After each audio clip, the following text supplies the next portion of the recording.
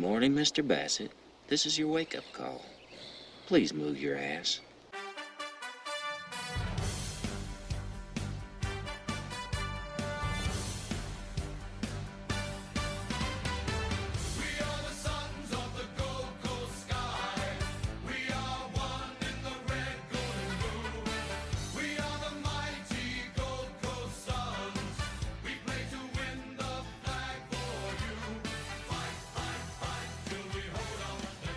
All right, Ray, how are you today? Well, I hope you're playing this for a reason, not because you like the song. I love the song. I reckon the GWS one's not too bad either, actually. Yeah, that's not too bad either.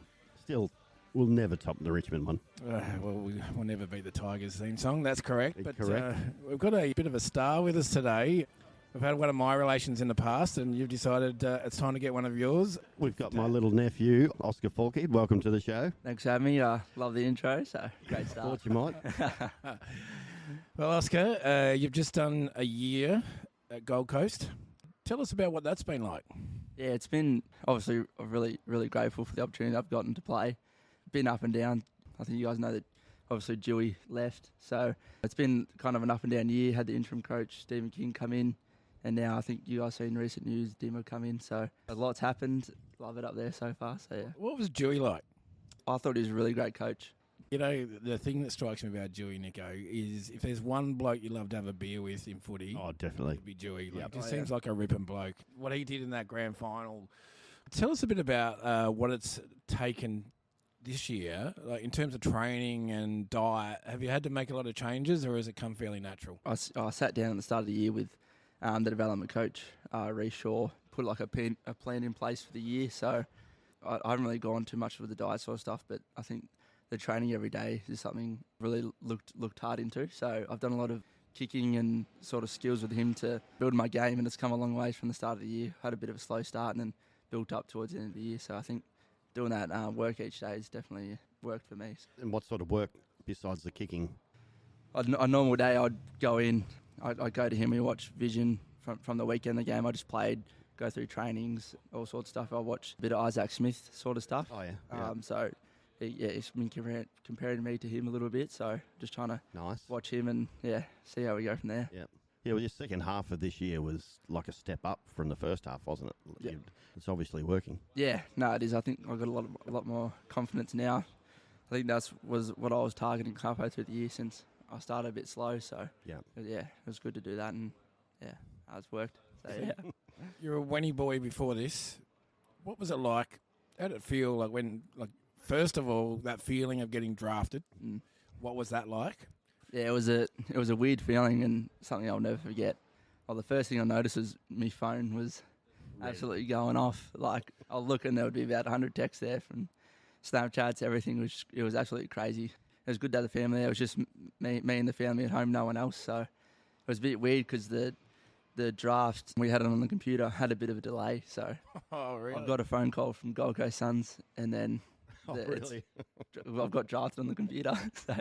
So I was pretty happy with it, and answered the FaceTime, and Dewey's with all the boys in the locker room. So they were up in Darwin at that time. So it was pretty surreal. We'll talk about the boys down the track a little bit, but first of all, tell us a bit more about, did you have an inkling you were going to go to Gold Coast, or was that a massive surprise to you? My Pioneers coach, Danny O'Brien, had a kicking session with him that morning, and he said that it's likely to happen. They really like me. So I kind of knew, and I spoke to my manager an hour or so before, and I kind of knew, but anything could happen in that situation, so I was just hoping I was going to go somewhere. Who's your manager? I'm with Dave Trotter at Hemisphere. How did that come about? Through Jared Brander. That must have been a bit of a weird feeling to have a manager too, by the way, because you've gone from playing footy for Wentworth, and then next minute you've got a manager. What was that process like? That was a bit of a surreal moment? Yeah, it was a bit different, but I had him since I went to boarding school at Geelong, so when year 11 there, I've had him for a few years now, since under 16s Vic Country. I've had him the whole way through, so it's probably my fourth year I'm with him now. So he looks after you? Yeah, he does. Yeah. So even when I didn't get drafted, he was there. So before the draft, mid-season draft, you also had interviews with other clubs, didn't you, besides Gold Coast? Yep. Yeah, so trying to remember now, I think it was Hawthorn. I went in and had a chat with North Melbourne as well. And they were really good to talk to and see how that club was. And and had a couple online Zoom ones because obviously a couple clubs are interstate. Yeah, that's a kind of one I had with Gold Coast, but no, it's good. Was it a culture shock going from Wentworth to Gold Coast? Yeah, it was very different for sure. Tell us a bit about that. What are the big changes up there? Like, what's life been like? Good weather, by the way. Good beaches. Yeah, unreal. Great beaches. Are you happy there? Yeah, I love it. So when I first got there, I moved in with Sam Collins, vice captain, so he showed me around a little bit with all the boys, and yeah, it was very different when I first got there. And they had very strict routine each day. At first I just tried to get to know as many of the boys as I could, but yeah, the first month or so was hard to learn everyone's name and the staff and everyone get to know me as well. Slip right in there, have you? Yeah, love it. Of course you have. Bit of a weird feeling though up there because you come into Melbourne and they're footy mad. You go up there and no one really gives a shit about footy. Nah. Does anybody up there? Not too really. often, unless a really big name like Buddy Noah Anderson or Yep. like Marby or something like that. So have you had to sign any autographs yet? Yeah, I've had a couple actually, surprising. So How did that feel? That was the first one I had was very different, but it's a great feeling to have because I'm trying to make most of all this. So especially trying to find my signature, took a couple of months to get that going. So I feel sorry for the people I've signed signatures for the first couple of months because it doesn't look too That'd be a good. jumper that I won in an auction. Might be one of those. Yeah. So it seems like you've got your head screwed on pretty well. Tell us about who your mentors are. Yeah, obviously my family, Mum and Jace, have been a big part of that as well. Obviously had a lot of hours in the car driving to Bendigo and Jace tell you how good he was at footy in the day, or is Yeah, it brings it up a little bit. But yeah, I remember watching Jace a few times. He could play. No, he just says that injuries got him, but I reckon that's not the case at all. No, he could play. So good mentor for you. Yeah, really great, especially to start off my career, get me into footy, which is really handy to have. He's obviously been on AFL list, kind of knows what the go is, so it was good to have that there. Once I got to Gold Coast, I sprang out Reece Shaw before. Yeah, he was a really big mentor for me when I first got there. So yeah, trying to learn a bit off him. He was a great player. So yeah. And then you got your old man. You've got a bit of his genes because you look a bit like him. Yeah. Do you have to bulk up a bit this year, or what's the go size you need to be ready for the big time? Yeah, so I sat down with a strength and conditioning coach, trying to get to about 80 something kilos and hold that. Don't want to get really too big to lose my running. So yeah. What are you at the moment? At the moment I'm 77. So you're pretty close. Yeah, I'm close. Got a couple of kilos to get there though. Yeah, anything I eat doesn't really can't really put anything on, which is the tough bit. Yeah, it's slowly getting there, and from the gym when I started to now, everything's changed a lot. So I went there benching 60 kilos, could barely even get the bar off. I think I benched about 97 now. So yeah, so big difference. from memory, Brando is an absolute beast in the gym and does all the high altitude training and everything every day. This is Brandon Ellis. Brandon Ellis. Yep. Yeah. He's a nutbag with it. Who's the hardest in the gym that you've seen from your club? Oh, Brando would 100% be up there. Is it? Some of them boys are freaks in there. He works hard, doesn't he? Oh, he does. He does. The biggest one I've seen is probably Levi Casbolt when he's in there. Really? He is a big boy in there. Like he would bench nearly 140. I reckon. It's crazy. So let's talk about the team now. Who do you like? Who have you got along with the best in the club? Are we allowed to say that, or is that because you mentioned Collins before? Are you still living with him, or? Nah, so I moved out, moved into a host family. So I went in there with Mac Andrew, the host family, and then he left, moved in with Marbior, and then Bailey Humphrey, the other draftee who came in, lived with him for a couple of weeks, which was really good, and then he moved out, and then now it's just me in there, like a lone wolf in there. Yeah, That go all right with the host family? Yeah, it's actually really good. They're really nice people, so pretty cruisy what I do. I can come and go whenever I want. But yeah, they cook the dinner pretty much, so yeah, They must love it though. Yeah, they do. You guys They do. do. Yeah, for sure. Yeah. They're Gold Coast nuffies, so they come to every game. And How good's that? So yeah, who do you get along with at the club? so obviously Sam Collins, when I first got there, he was really good person to go to and talk to. Him, obviously I lived with Mac and Bailey and that, and so yeah, them two are really good. And I'm next to Elijah Hollins in the locker, so we formed a bit of a relationship there, which is I've really loved as well. So yeah, That's there awesome. are a few. Who do you look up to as a player? Like who do you want to be? So I was a Collingwood supporter growing up, so it was a good weekend. How did that come about? Nick? Yeah. Oh, I don't know. So We'll just let that one slide. but yeah, Scott Pendlebury. Yeah. He's probably the main one. He's just a freak. Absolutely. That's true. Great to watch. I'll give you that one. You can't knock No. it, can you? It was a good game. Good win. Probably the best AFL grand final I've ever seen. Yeah, that's probably the greatest grand Yep. final I've ever seen. Mm. 4 points in a granny. Yep. Speaking of grannies, you Yeah. played in the granny. Yeah. Congratulations. No, thank you very much. Did you bring your medal? Oh, I should have. I'll only live 2 minutes down the road, so if I can go get it. That's all right. We know what it looks like. Yeah. How's that feeling? Yeah, well, That was the first time you've played in a grand final. yeah, that was my Was it first. actually? Mm, In first any ever club? granny. Yep. Yep. Wow.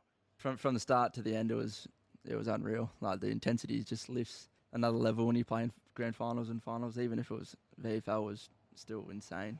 Especially towards the end, the crowd started getting a bit up and about, and Mm-hmm. even just like it didn't look like too many people there, but I actually could hear it out there, and it was crazy. There was a lot of people there. Yeah, there was a few. They ran out of beer and food. Oh, that'll do it then. That's why I could hear them towards the fourth quarter. Look, and it's amazing because it shows the depth that you guys have got up there. Because you look at Richmond at their heights, and they were winning the VFL under Craig Yeah, McRae, that's E right. the VFL Grand Final. Yep. And you always knew they were going to because they had so much depth, and that's probably what's shining through with Gold Coast. So even though they haven't probably had the year they wanted in the seniors, you're starting to line up a few ducks, and you've got a lot of depth. Yep. A lot of Richmond people up there now too, by the way. Oh, yeah. Greg. Yeah, something in that. Yeah. So how were the nerves leading up to the grand final? Yeah, they were pretty high. I was very nervous. Never had so many family members come watch me. Yeah. So that was someone I was thinking about. Like, yeah, they made me a little bit nervous, but once I started, got a feel for it. The first 10 minutes, I felt fine and got into my zone and pretty calm out there. I thought towards after the first quarter. So yeah, Yeah. You just settled down and just start just playing kind the of game. settled into it. So Yep. yeah, no, it was, Did you see your auntie's sign from the... yeah. They had my auntie. Which my auntie's that? Yeah, so my auntie Rebecca, all us boys come out for the warm-up before the game. And I look over at the crowd and she's got a big poster of me, a photo of my face on it. Above it's got Candyman. And all the boys going to me, oh, Framey, that's what they call me. Who's out in the crowd? Candyman. I'm like, oh, Jesus. What's she done to me? Nah. It was huge. It was absolutely massive. It was pretty funny. good It was pretty that? funny. And she walked around all day with it. Yeah. So it sounds like you had a bit of a cheer squad there, mate. Yeah, I did, which is really nice to have. How many friends and family do you reckon turned up? Oh, I reckon my mates counted. Or my mates counted. I had about 45, 50 in one section, and I had a couple over the other side. So yeah, Not a bad entourage. yeah, didn't mind it. More than some AFLW game. Oh, Come on. Don't edit that out, Nick. That's some of the best No. work. It is. But that would have felt pretty good to be able to win a flag in front of so many family as well. That's Yep. amazing. yeah, it was unreal. Something I'll never forget. When do you start back again? Pre-season starts 27th of November, and I'll head back at the end of the month. Get a bit of training before pre-season starts. And what's your goals this year?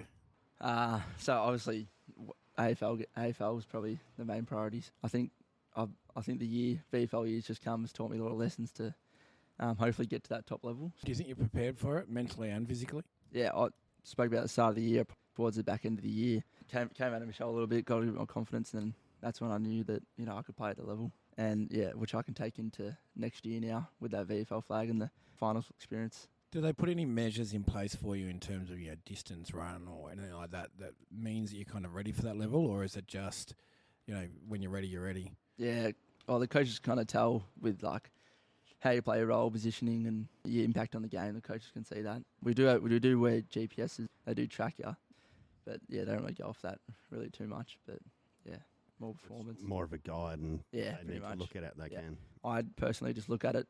Elite's probably AF average around 130, so trying to keep around that and on top of my game really. There's two Nuffy Richmond supporters here. It was three with Jack. Three, We all love Dimmer for what he did for the Richmond Footy Club. A massive signing to get him there. But have you met him yet? Yeah, so I had my exit interviews and one of our rotations were going in and have a chat with him. So yeah, had a good chat with him and he's a great bloke. Did So you have any nerves or? I was a little bit nervous. Actually, it wasn't really too bad. We didn't really talk about footy too much. It was just a general chat about getting to know each other. So yeah, no, it was really great. Really great. He's a great bloke. So yeah, looking forward to it. Pretty exciting. I think, the Craig McRae success this year, Mm. and, it's very similar to the Dimmer success. The Collingwood of this year looked relaxed, happy, going to the grand final like Richmond of 2017 did. So I'm really excited to see what happens up there this year. Yes. Yeah, I reckon he'll come in fresh. New group of kids. He's got a great group of kids. Yes. He's got some superstars up there. Yeah. Don't know about this one. Yeah. So you won the grand final. What'd you do the next day on the Monday? Because the grand final's on Sunday.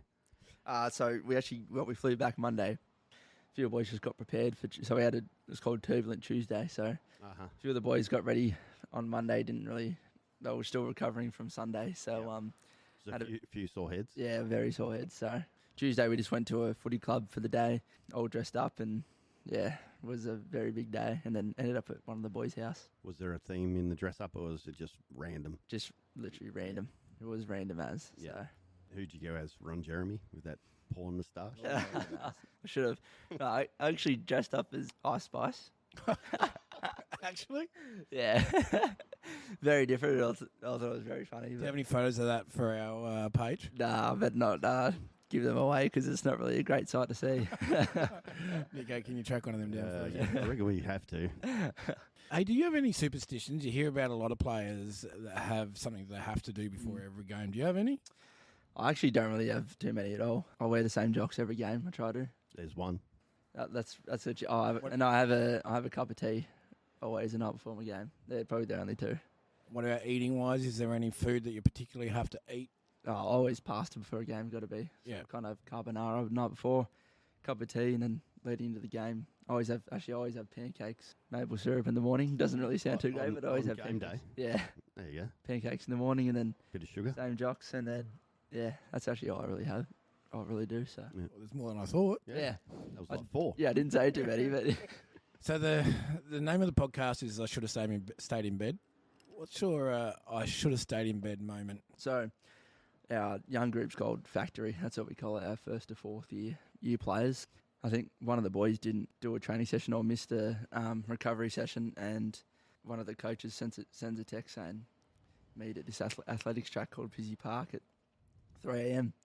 So I had to borrow Colo's car, wake up at 2, get there at 3.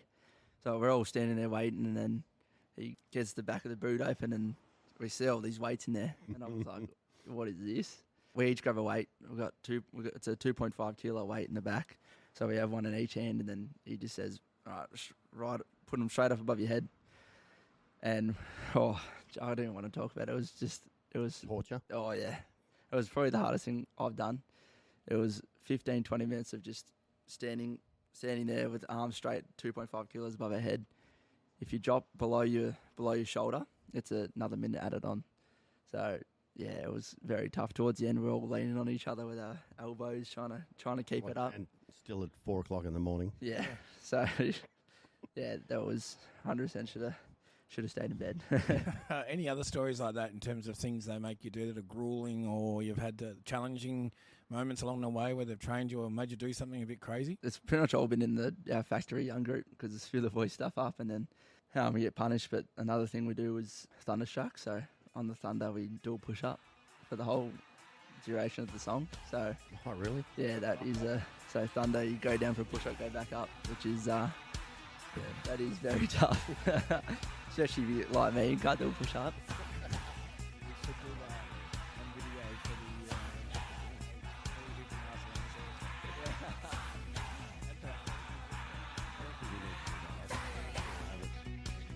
What about any mountain climbing, mate? You done any of that? Yeah, so our pre-season, we had a full training camp.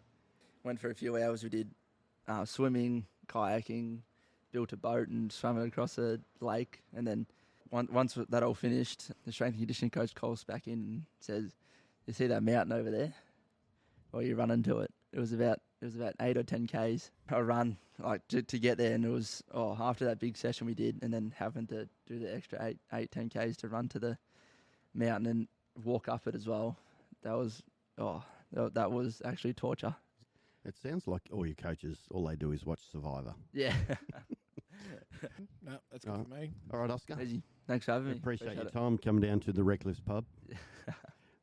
And we'd love to probably call you up a few times as the year goes on, any milestones or things that happen as well. So if we can keep a bit of tabs on how you go, and hopefully we see a first AFL game soon. Yeah, that's the goal. Thanks again for your time and making time for us. And yeah, all the best. You're a champion young bloke, and I reckon your head screwed on really well. So it's a credit to your parents and yourself. And yeah, we're excited to see what happens for Oskar Faulkhead from here on in. Thanks for having me. Appreciate it. Thanks, Oscar. Stick around. Coming up next is Shit Beer of the Week. Oh, actually, and before we go, we've got a couple of magnets signed by Oscar to give away. Anyone who can tell us how many goals Oscar kicked this year 14. on Instagram, hit us up and you can get yourself a signed fridge magnet. What was it like kicking your first goal up there? Yeah, it was actually it was pretty good. So that was my first game. We played GWS up in Gold Coast, and I kicked about 40, but it was an absolute floater. Went straight through, and the boys all got around me. So yeah, it was a great feeling. Would have been a good feeling just to get that monkey off your back. Yeah, for sure. And you kicked some rippers this year, didn't you? Yeah. One that resulted in the Candyman poster. Yeah. I love it. Yeah. All right. Thanks again, mate. Thank you. Thanks, Oscar. Bye. Bye. Shit Beer of the Week. All right, welcome to Shit Beer of the Week. Hey. Hey, Oscar's decided to stick around and try this one. This one looks interesting, Nico. What the hell have we got here? This one is part of the Gabs Beer Festival line. It's made by Dainton, and it's called the Chockberry Bomb. Never heard of Dayton. Haven't you? Where are they from? Dandenong, down Melbourne way. Yeah, right. I didn't think too much good come out of Dandenong, and still might be the case. I don't know, Dayton, like I said, they make some good beers. All right. Smells good. Wait, always, do you have to skull? Is it just No, sip, it's or not is a it a skull, yeah. is it a skull? That's what he was. First you smell, Yeah, Then I'll you just give sip. it a smell. then you scull. Yeah, I don't want to skull. Oh, That's not bad. Mm. it tastes like someone's dropped a chocolate bar in a cherry cola. That's not actually the worst beer I've had. That's not too bad. You couldn't have much of it, though. I reckon if you had No. a full glass, you'd be starting to get a bit sick of it. It's got a good aroma, though. It sits nice on the tongue. What do you reckon, Oscar? It's not too bad. If I had a full glass of this, I think I'd be spewing. Yeah, it comes in a 440 can.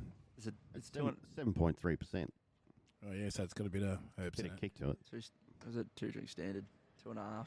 Out of 5 stars, what would you rate it? I'd go with 3 actually. 3, Got that's 3. pretty good. Yeah. Yeah, I'd have to agree. Probably 2. Oh, you said you liked it. It's not bad, but it's not the worst beer we've had. No. Okay, well, that's actually not the shittest beer of the week. That's, No, there we go. That's okay. That's a solid yeah. 3 out of 5. Very Thanks, good. Nico. Well done. Cheers. Cheers, everybody. Cheers, Oscar. Till next time. Literally random. It was random as. This episode was brought to you by Bread and Butter Bakery, 2 great locations, Deakin Avenue, Mildura, and Irimple Hub, Irimple. Shit Beer of the Week is brought to you by Magnifico Graphic Design. Want t-shirts? Magnifico. Want stickers? Magnifico. Want digital art? Magnifico. Link in the podcast episode notes.